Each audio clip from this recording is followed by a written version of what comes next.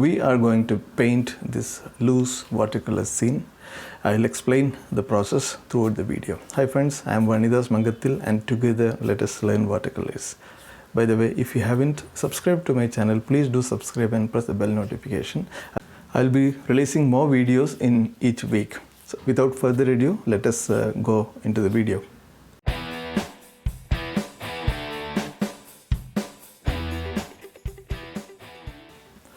I'm using a cold pressed watercolor paper, slightly less than A4 size, and I'm making a simple loose drawing here. I'm thinking to make a drawing in terms of geometrical shapes.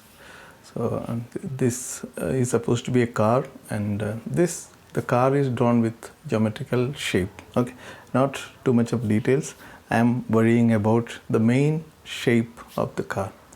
Okay, and we'll make some people and maybe another car. Okay, so I'm using a soft pencil for the drawing, and I'm using soft pencil because of two reasons. Okay, one reason is that it should be captured well in the camera, and this other reason is that I wanted to paint loose without applying too much of pressure on the paper, so that my pencil marks doesn't damage the paper.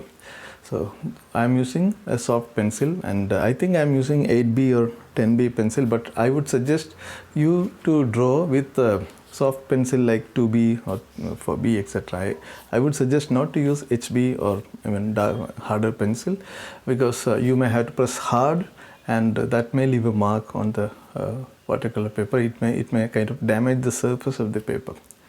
Okay, so two cars, two people with some suggestions for umbrella. So it's going to be a sort of a wet scene, rainy kind of an atmosphere, and that is what I am planning to do. Okay, right, this much of the drawing is sufficient, and I'm not worrying too much about the surroundings. I'm only focusing about how we treat the main elements. Okay, so I'm starting with a loose wash. It is very watery, and the color I am mixing is a little bit of Paynes gray and a little bit of blue, and maybe a touch of warm color. Maybe it is burnt sienna or orange. It doesn't really matter what is the precise color. The overall impact, the overall the warmth of the color or coolness of the color, that is what it matters. And here it is going to be kind of a slightly darker tone. Okay, so I'm suggesting not a very sunny day today. If it was a sunny day, I would have used a little bit more cleaner color, not this kind of a darker color. So I'm seeing that slightly it is going out of focus because of some camera settings. I will try to explain wherever setting happens what I am doing, but please excuse me for this minor issue that you are finding here. Okay, so I'm using a 2-inch synthetic flat brush for this, and the idea is that I wanted to get the things done pretty quick, and with small amount of as minimum brushworks as possible. So you can also try to reduce the number of brushworks, use larger brushes, and if possible, wherever possible, you can use flat brush, but otherwise I would suggest using big mop brushes. Okay, so a little bit of a darker tone at the middle area, and now I am adding a little bit more warm colors, and I'm adding a little bit of burnt sienna and a touch of orange along with the Paynes gray and blue. So it's a kind of a muddy color, but since we are not doing too much of layers, and we are using a little bit of a watery color, I'm not expecting this to turn out very muddy. Right, I think the first wash is done now, and we can start thinking of the subsequent washes. See, this is to be done wet on wet, and now it is fully dry. The paper is fully dry. See, if you want to get hard edges, then you have to keep the paper dry, and if you want softer edges, you need to keep the paper wet or damp. I think you know that fundamentals. Okay. The car windscreen, the glass, I'm suggesting some lighter tone there, and it is not very dark. It is sort of a medium kind of tone. So it is darker at one side, and I'm kind of softening it on the other side to get some kind of an interest. So some hard and soft edges maybe, so that it creates some sort of interest. Right. I think we can stop the windscreen part of it, and we have to think of what next. Okay. So this car is moving away from us, and this is the tail side of it. And I'm making little darker tones there. So again here the major or the big shape is the concern, not the precision or the fanciness or the beauty of the car. It is I am trying to create an impact of a car there. That's it. And this car, because of the curvature of the bonnet and the front bumper, etc.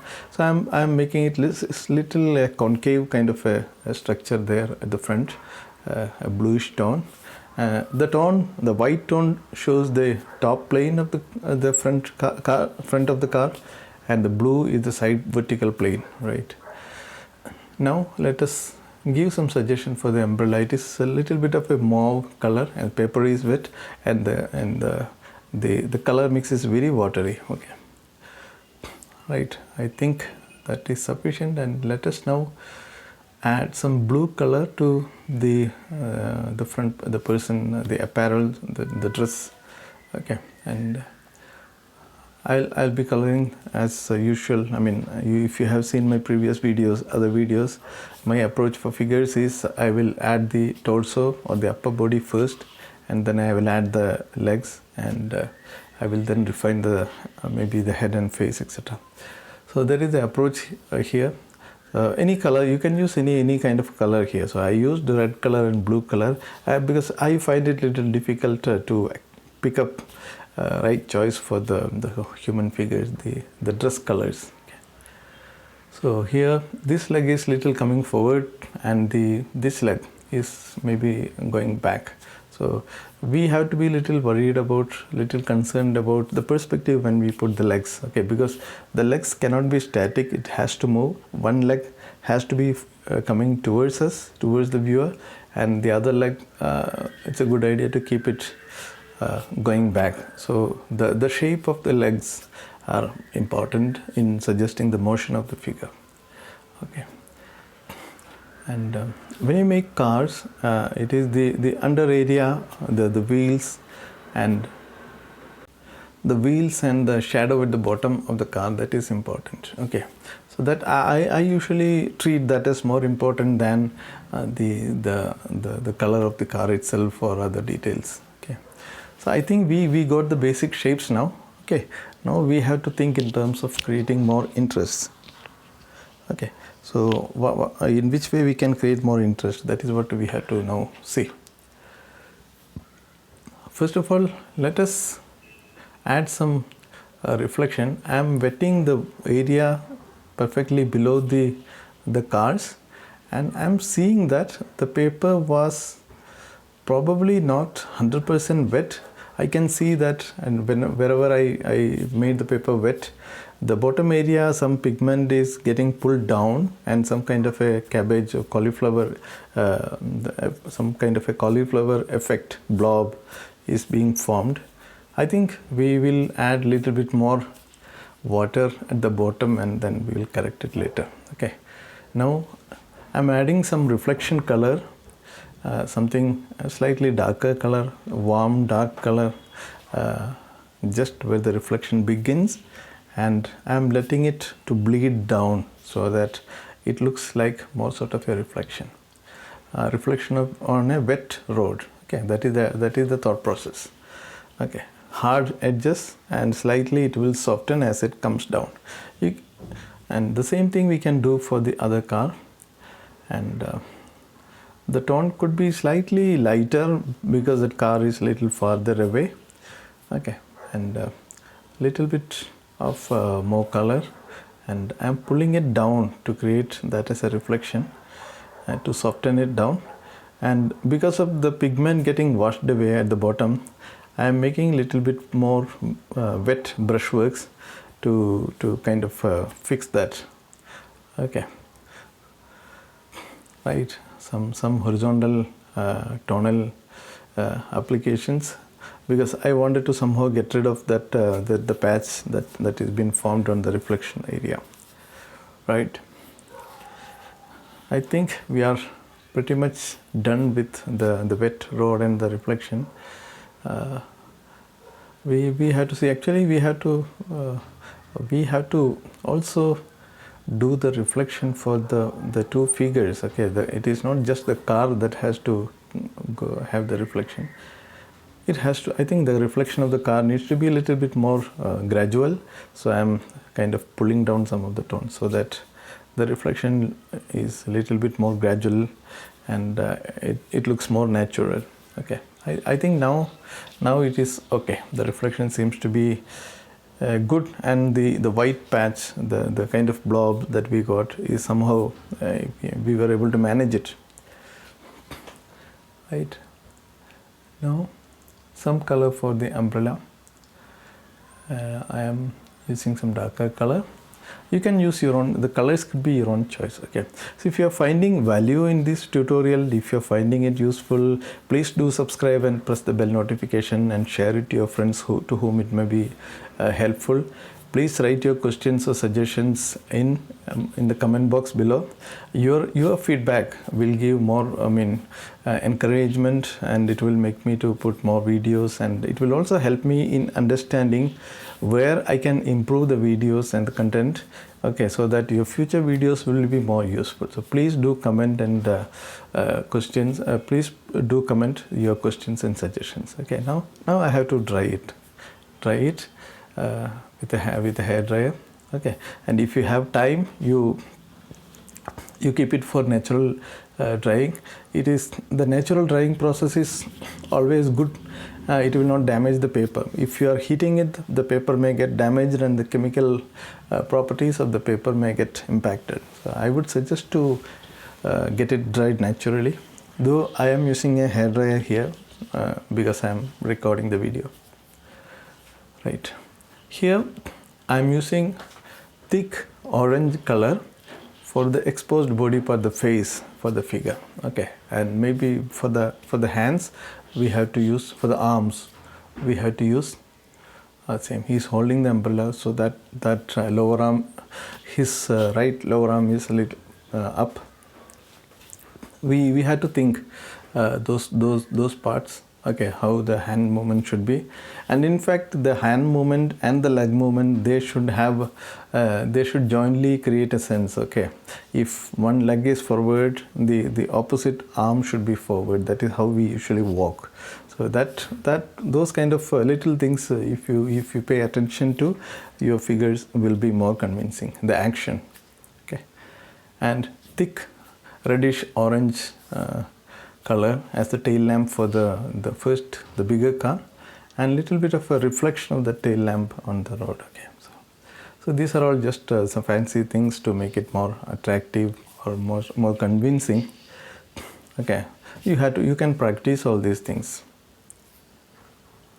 A little bit of touch. It's an opaque treatment. It is thick, so it goes slightly against the convention of watercolor, where we don't use opaque colors. But this is very thick color, opaque color. So if you want to get rid of it, you may have to lift the colors, and then or you may have to use some masking fluids to preserve the paper white for these colors. It is quite a strenuous activity for me, so I prefer to use a little bit of opaque touch. It is watercolors, not gouache. Okay, I think we are pretty much done with the first car and the figures. We need to add a reflection for the figures. Maybe we'll do it soon. Okay, so let us add some color for the umbrella here. It was not I'm not very happy with the color of the umbrella there.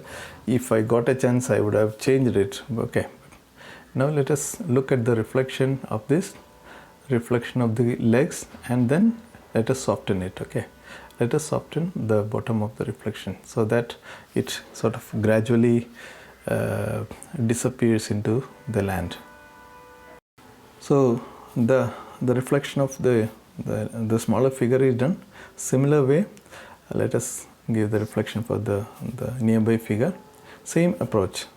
Okay, let us the hard edges for the reflection at the originating point. As it comes down, let us soften it up. Okay, right. This is done.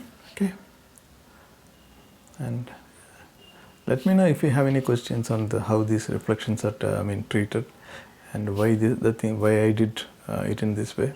If you have any questions, let me know. Okay, at any not only on this aspect. If you have a questions on any part of this video, please do ask the questions in the comment. I will surely try to respond as early as possible. Some reflection of the front light. Okay, and the angle of the light is also a little important. So I'm slightly drying those. The latest colors are still wet, so I'm sort of trying to dry it. Okay, because I want to give some touches of white to give some kind of what you call it as a highlight.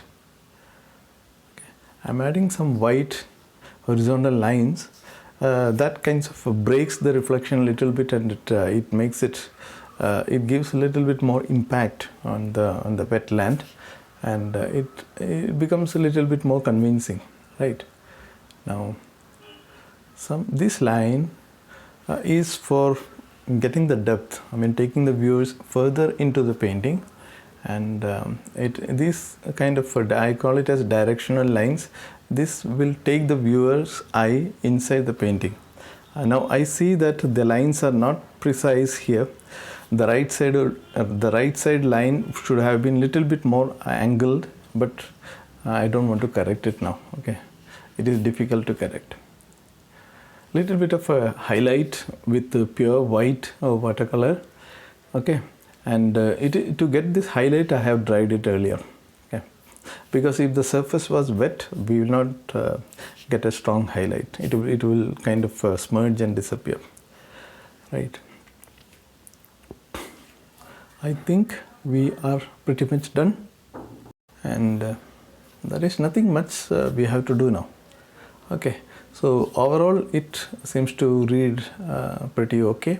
I'm happy with the overall result. Initially, we had little problems in the reflection of the cars, etc. Now it doesn't. We were able to fix it in certain way. Okay. So I think this was useful to you, and there was something for you to learn from this particular video. And please do try to create these kind of subjects. Create these kind of subjects with vehicles, with figures, maybe with buildings, because you know the approach for the element and the reflection. Now you can copy this approach to any element. Okay, a little bit of correction that I'm doing here because I thought it could be a little bit more powerful, particularly the last figure. Okay, it's up to you. How much powerful you want to make it. I think we are done for this particular video, and thank you very much for watching this. I am sure that you are finding it useful. If you have any questions or suggestions, please do write them into the comment box below. And if you have any suggestion for to be added for as a topic for the future videos, please do let me know. I will try to include tutorials for those your suggested subjects.